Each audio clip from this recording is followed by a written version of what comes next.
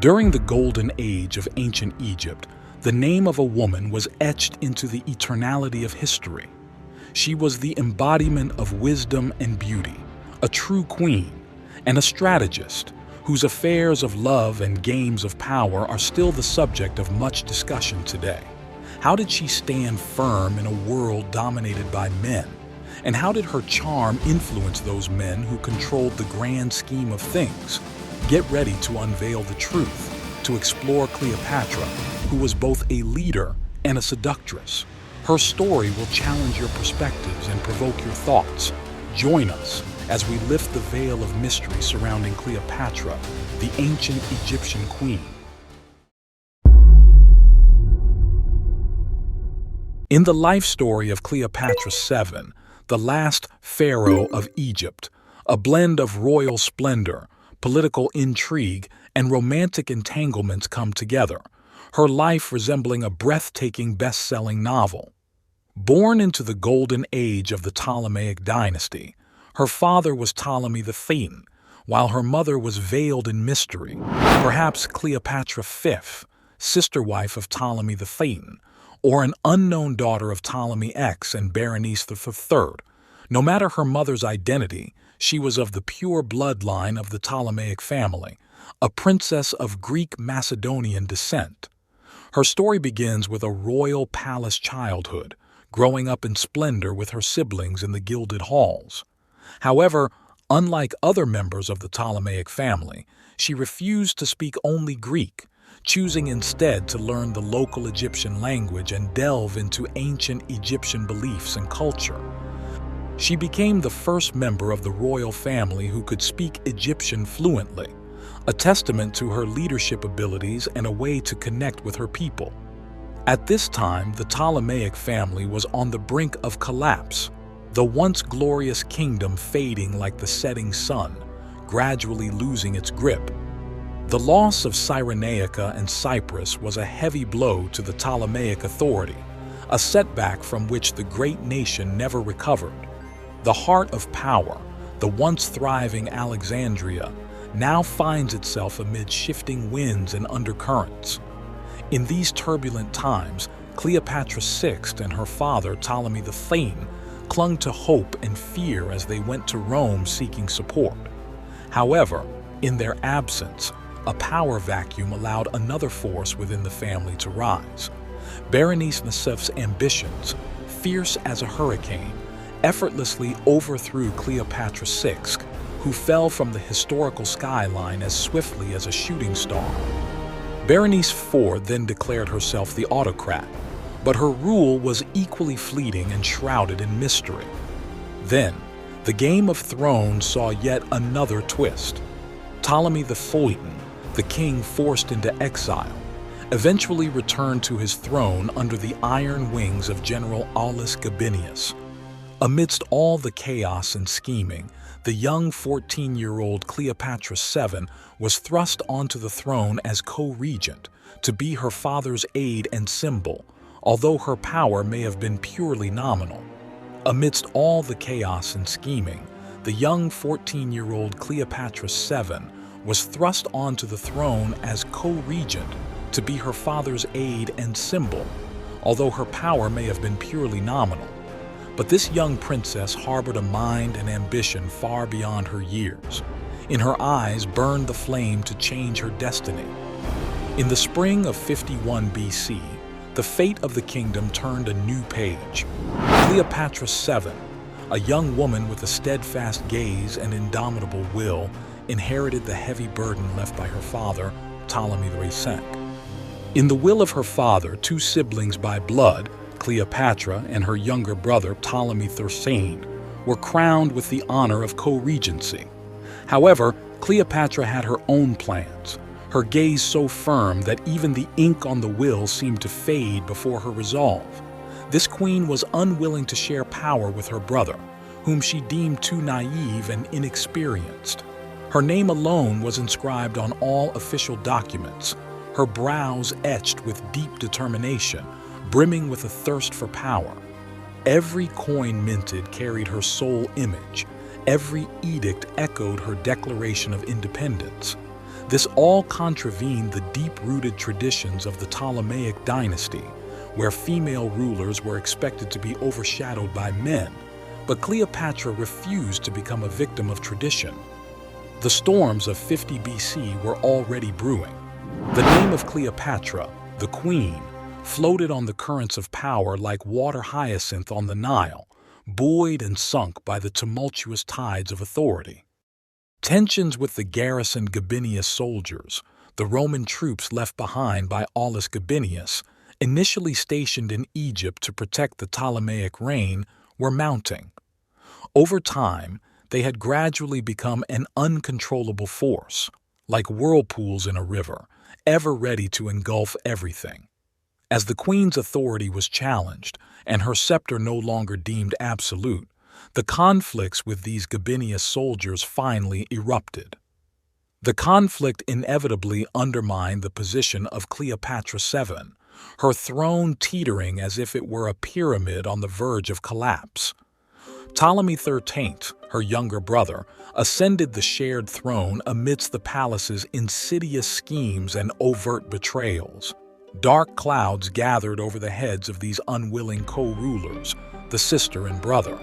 Egypt faced various trials, an economic crisis that swept through like a sandstorm, famine prowling among the people like a hungry lion, and the Nile, the mother of fertility, unusually failing in its inundation, leaving both fields and spirits parched. Political strife was like a relentless cycle of locust plagues, steadily eroding the kingdom's strength.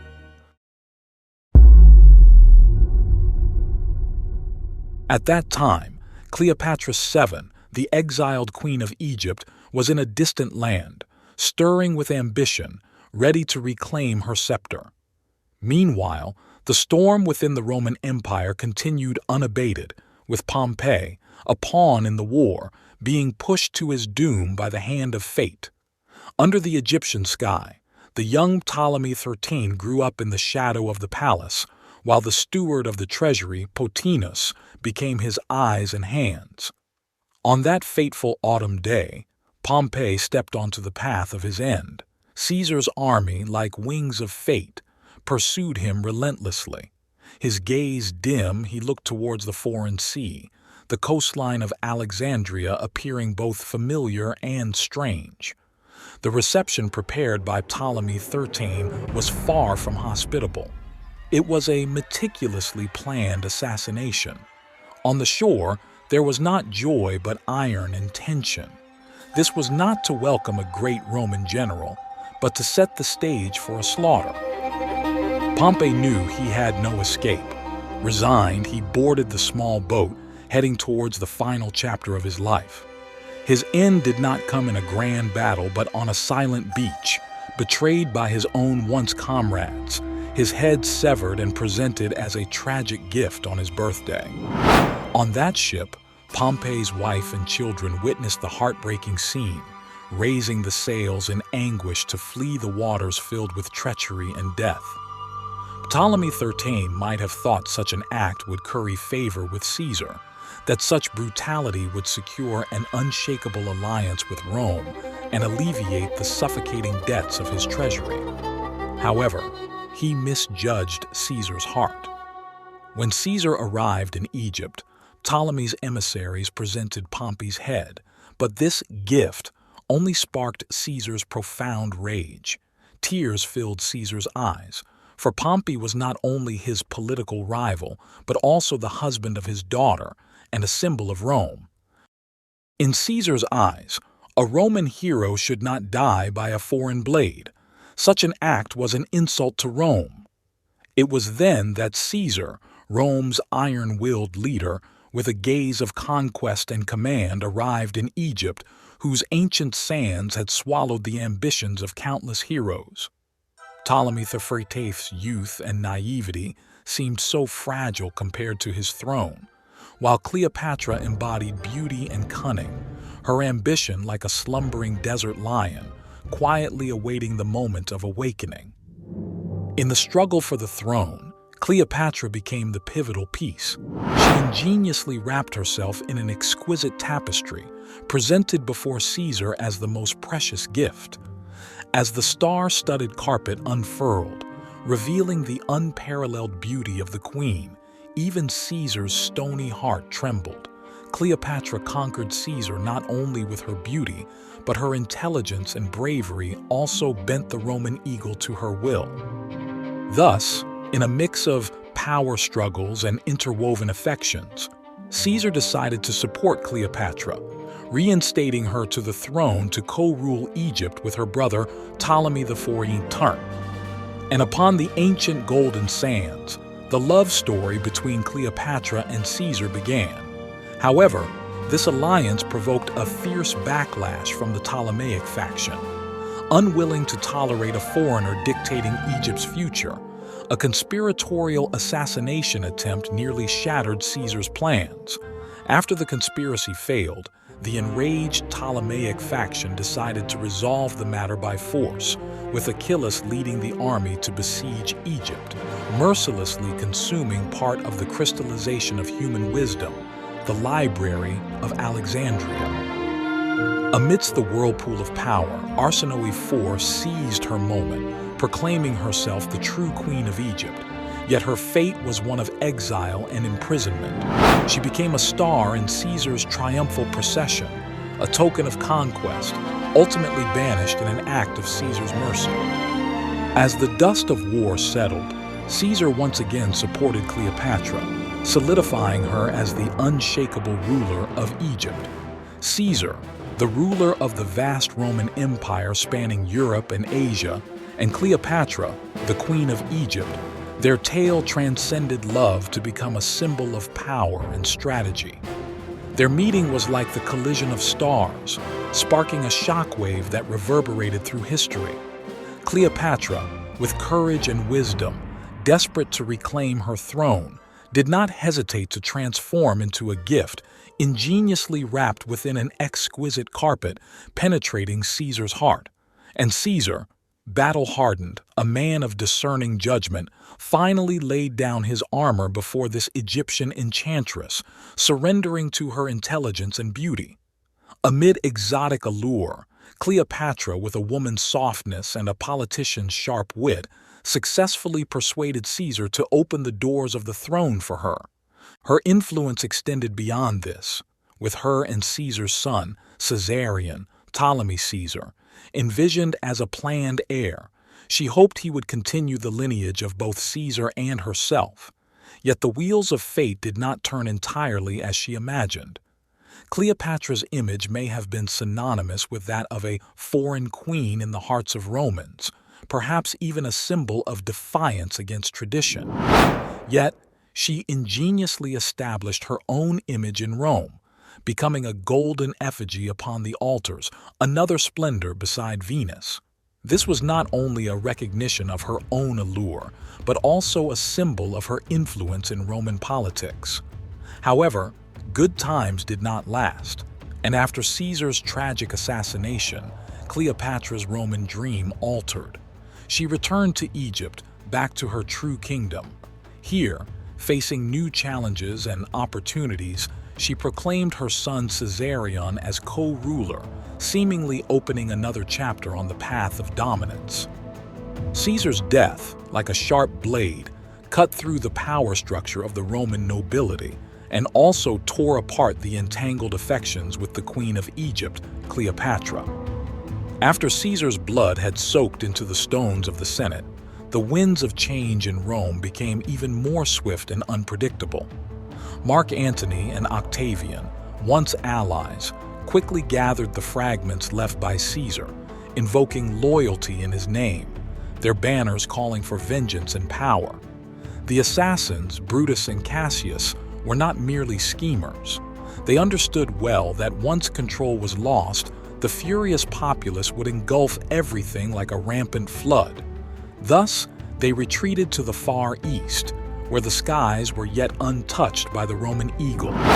Amidst the ambitions and stratagems of these men, Cleopatra, daughter of the Nile, displayed wisdom and courage that matched any Roman general.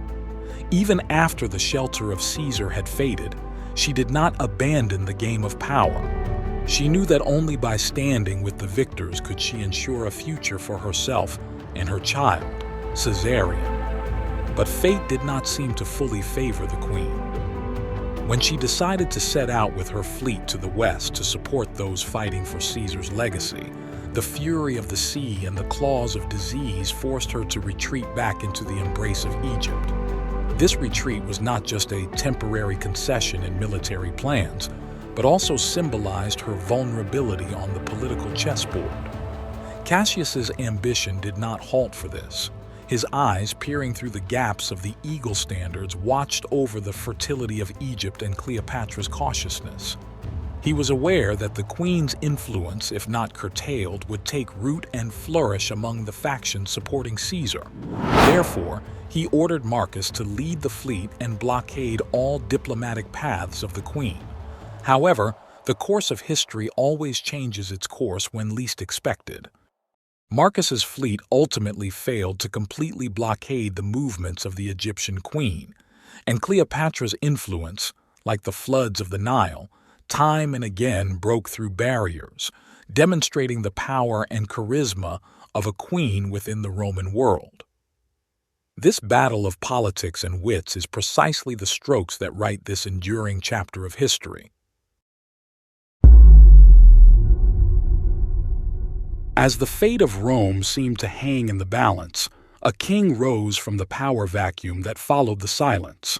His name was Mark Antony, a ruthless, ambitious warrior and politician, determined to continue Caesar's unfinished great work. In 41 BC, this iron-fisted figure of the Second Triumvirate summoned Cleopatra, the Queen of Egypt, from the distant banks of the Nile to Tarsus, to answer questions regarding her loyalty to Caesar. That day, history was scripted into legend. Cleopatra, like a goddess, sailed on a gilded barge, gently landing at Tarsus. Her beauty and intelligence shone like the Egyptian sun, breathtaking to all who witnessed her arrival. Antony, the ironclad general, was irresistibly drawn to her, and their hearts found resonance amidst the tumultuous political storm. In the Palace of Alexandria, they spent a winter filled with feasts, poetry, and endless nights. Enchanted by Cleopatra's allure, Antony seemed to forget the tensions of Rome and the smoke of war. During that winter, Cleopatra secured her position and that of her son, Caesarion, and her methods were equally ruthless and cunning, resulting in the tragic end of her sister Arsinoe IV within the sacred temple of Artemis. But the flame of love always requires fresh fuel to maintain its brightness. When Antony left the embrace of Egypt to return to the battlefields and political strife, the intense emotion began to cool gradually. Faced with the pressures of reality, Antony eventually chose reconciliation with Octavian, a move that was not only a political alliance through marriage, but also a reconfiguration of the balance of power. He married Octavia Minor, Octavian's sister, solidifying his position in Rome with this marriage and preparing for future conflicts. Behind this decision lay a betrayal of his love for Cleopatra and an unending pursuit of power. In the winter of 40 BC, on a legendary day that the world had not yet come to know would later become a day of widespread celebration on December 25th, Cleopatra gave Antony the most precious gift, a pair of twins, the future Alexander Helios and Cleopatra, Selene II. Fast forward several years, Antony's campaigns took him to the distant east, with his sword pointing at the kingdom of Parthia. Yet, between the blood and fire of war, his heart was drawn back to the Queen of Alexandria. Cleopatra was not only the haven of his affections, but also an ally in war, supporting his armies with gold and grain. The rift between Antony and Octavian kept widening, leading him to neglect his Roman wife and tie his fate more closely to Cleopatra. Facing defeat in his eastern campaign, Antony returned to the embrace of Cleopatra in Alexandria, where they held a grand ceremony that perhaps was symbolic, yet it proclaimed the eternity of their union. The birth of their child, Ptolemy Philadelphus, was another affirmation of their relationship. After his conquest of Armenia, Antony held an unprecedented ceremony where he announced a grand plan in Alexandria. He proclaimed Cleopatra as the Queen of Kings, and alongside Caesarion, they were established as co-rulers, while their children were each bestowed with their own realms to govern. Alexander Helios was named King of Armenia, Media, and Parthia. Cleopatra Selene II became Queen of Cyrenaica and Libya. The young Ptolemy Philadelphus was given the title of King over Syria, Cilicia, and Phoenicia. This donation ceremony was not only a glorification of their children, but also a hymn to the love between Antony and Cleopatra. But behind this splendor, there was a foreshadowing of intensified conflict with Rome, a storm gathering, waiting for the lovers and their children. The union of Antony and Cleopatra was not just a feast of love, it also quietly stirred the political whirlpool of distant Rome. Octavian, the man who would later transform the Roman Republic into an empire, portrayed the alliance between Antony and Cleopatra as the greatest threat to Rome, with his cool head and cunning strategy. As Antony proclaimed his children's royal titles in Alexandria, Rome's political adversaries saw only an impending war of revenge, fearing that the Egyptian queen would lead many Eastern nations against glorious Rome. Cleopatra, adorned in the regalia of the goddess Isis, seemed like a deity descended to earth during the donation ceremony in Alexandria. She was not only the queen of Egypt, but also an immortal goddess in the hearts of the people, the protector of Egypt. With the passage of time, the relationship between once allies Antony and Octavian became increasingly tense, culminating in a definitive break in 33 BC. Octavian astutely directed the war's spearhead towards Cleopatra, thus avoiding the stigma of a civil war. When the Battle of Actium erupted in 31 BCE, the fates of Antony and Cleopatra seemed to have been predetermined by the fates in the Roman temples. Legend has it that when the sea battle reached a stalemate, Cleopatra suddenly retreated with her fleet like a ghost in the north wind, abandoning her ally, and Antony, like a lion of the battlefield, abandoned his troops and followed her like an infatuated youth. At this moment, was it the madness of love or the trickery of fate? No one knows. Octavian harvested the laurels of victory amid the waves at Actium, while the story of Antony and Cleopatra was gradually heading towards a tragic finale. Octavian's army approached Alexandria like a raging torrent, and the land of Egypt was waiting for the imminent storm. As Octavian's footsteps grew clearer in the July sands of 30 BCE, Antony's remaining forces began to surrender one after another, and the night in Alexandria seemed to grow heavier. The trauma of the Battle of Actium was etched in both the land and the hearts of those who dreamt of an empire stretching to the ends of the earth. As Octavian's forces closed in on the legendary city of Alexandria, the air was thick with the premonition of an impending storm.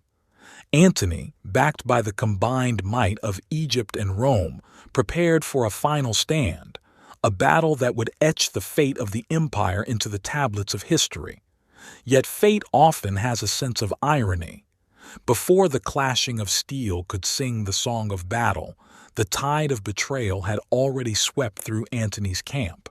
His cavalry, his fleet, the very men who once swore their lives to him, now turned their banners towards Octavian. Abandoned on the battlefield, Antony's cries were a howl of despair and betrayal. He roared into the cruel embrace of the desert winds, "Cleopatra has forsaken me." Meanwhile, the last pharaoh, Cleopatra, out of fear that Antony in his despair might harm her, or worse, that she would be captured and paraded through the streets of Rome as a trophy, sought refuge within her own magnificent tomb. There, guarded by her two most trusted handmaidens, She prepared to face an uncertain destiny. Fooled by the rumor of Cleopatra's death, Antony, in his grief, attempted to follow her into the realm of death. With a soldier's resolve, he thrust his sword into his own stomach, hoping to join his queen in oblivion. But the fates had other designs. That blow did not bring him the swift release he craved. Awakening from a dim stupor, he called out for anyone to end his torment. Sadly, there was no one left to hear his cries. As Antony's echoes of despair faded into silence, so too did the glory of the world they sought to build disappear. In the dim corridors of history, their story of love, their victories, and their ultimate downfall is whispered through generations, a reminder of the fleeting nature of power and the perpetual wheel of destiny. As the fate of Alexandria flickered like a candle in the wind, the only sliver of hope in Cleopatra's heart was that Antony might still be alive. Thus, she sent out her loyal messengers to find the lost general. Learning of his queen's survival amid his agony and pools of blood, Antony ignited his last ounce of strength, ordering his men to take him to the tomb. This tomb, rumored to be a grand structure, sat under the protection of Isis, the goddess in Egyptian mythology.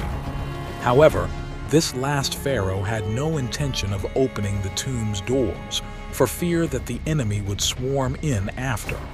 Antony had no choice but to be hoisted up to the window by ropes, where Cleopatra and her maidservants exerted all their strength to pull him into this bastion of death. Faced with her soon-to-be-lost lover, Cleopatra's grief reached its zenith. Filled with guilt and despair, she clawed her own cheeks with her fingernails and pounded her chest with her fists, hoping such pain would match the anguish within her heart. In this moment, she was both woman and queen, with both forms of suffering churning within her. Antony, even in his final moments, remained resolute. He soothed the queen's emotions, trying with his dying strength to alleviate her pain. He requested a cup of wine as a last tribute to his status as a Roman general. He drank it down, then softly imparted his last words. These words, gentle as drifting feathers, yet heavy enough to suffocate. Ultimately, this great general closed his eyes in peace in the arms of his queen. As for the true location of this tomb, historians and archaeologists continue to debate. Plutarch once described it as situated within the sacred temple of Isis, with a window looking out to the azure sea, bringing a glimmer of light to Antony's final journey. The Supreme Council of Antiquities in Egypt speculates that Cleopatra's eternal resting place might be hidden in a corner of Taposiris Magna, not far from the city of Alexandria. This location, also dedicated to Isis, the goddess of life and death, has yielded coins belonging to the pharaoh, as if fragments of time are quietly recounting this legendary tale. In the tales woven by ancient Rome, the final chapter of a queen's story ends with a narrative filled with mystery and sorrow. Cleopatra, Egypt's last pharaoh, her story is surrounded by various legends in ancient texts, the most famous of which is her chosen manner of parting with the world. The truth of her death is as varied as the sands of the Nile, washed and blurred by the torrents of time. Strabo, whose writings predate the Roman poets and are closer to the truth of that era. He mentions Cleopatra, a historical witness who might have seen the grand ramparts of Alexandria, recorded two starkly different tales of death. One speaks of her consuming poison, while another tells of her allowing an aspis, a creature symbolizing wisdom and rebirth, to deliver a lethal kiss upon her skin. The Roman poet's embellishments decades later left the marks of two serpents upon the queen's skin, likely for dramatic effect. Later, historians Florus and Velleius, in their respective works, also mentioned that a venomous snake caused her death, and a generation later, other voices raised doubts. questioning the credibility of these accounts, even proposing a startling conjecture. The queen might have died at the hands of Octavian.